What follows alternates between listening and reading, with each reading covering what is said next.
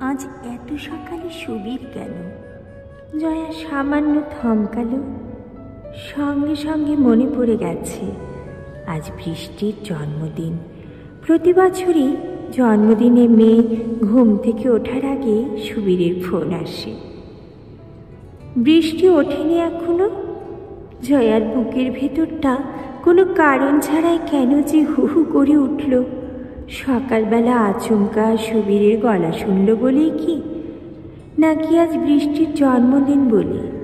জয়া ঠিক বুঝে উঠতে পারল না। এক এক সময় নিজের মনকেও কেন যে এত অচেনা লাগে। সংযত হতে সময় লেগে গেল বেশ কয়েক সেকেন্ড। তবু গলার ভারী ভাবটিকে কাটানো গেল না। ধরো দেখছি, মনে হয় এখনো ঘুমোচ্ছে। কথাটা বলেও একটুক্ষণ রিসিভার কানে ধরে রইল। আর কিছু কি বলবে সুবীর? কিছু না হোক, নিছক কুশল জিজ্ঞাসা, ছোট্ট দুটো শব্দ, কেমন আছো? দুজন পরিচিত মানুষের সাধারণ সৌজন্য বিনিময়। না, জয়া টেলিফোন ধরলে কখনোই অপ্রয়োজনীয় কথা বলে না সুবীর। দরকার ছাড়া একটি বাক্য অপচয় করে না। কবেই বা করত?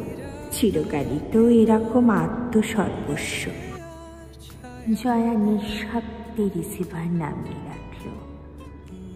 গোটা বাড়ি ঘুমোচ্ছে অঘরে, নিঝুম, এত নিঝুম যে নিজের নিঃশ্বাসের শব্দ স্পষ্ট শোনা যায়। ঘর দিয়ে চতুর্দিক চাপা বলে ভেতরের এই প্যাসেজটাতে এমনিতেই আলো কম। দরজা জানলা সব খোলা থাকলে তাও একটু উজ্জ্বল লাগে। ছোটোখাটো হলঘর সাইজের এই প্যাসেজটা বাবা মা বেঁচে থাকাকালীনই ফাঁকাই থাকতো। এখন জয়া নিজের মতো করে সাজিয়ে নিয়েছে। অনুজ্জ্বল বলে বেশি কিছু রাখেনি। মাঝখানে একটা শ্বেত পাথরের গোল টেবিলে চাইনিজ পেন্টিং করা একটা মাত্র চীনামাটির ফুলদানি। এধার ওধারে ছড়ানো পেতলের পট হোল্ডারে বাহারি জুনিপার, জেড, মনস্টেরিয়া সব একটা করে।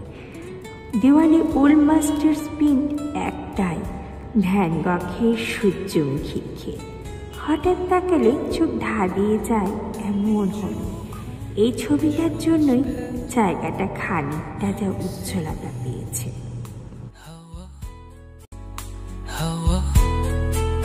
তোমার calme লুকোনো আমার নোনা ব্যথা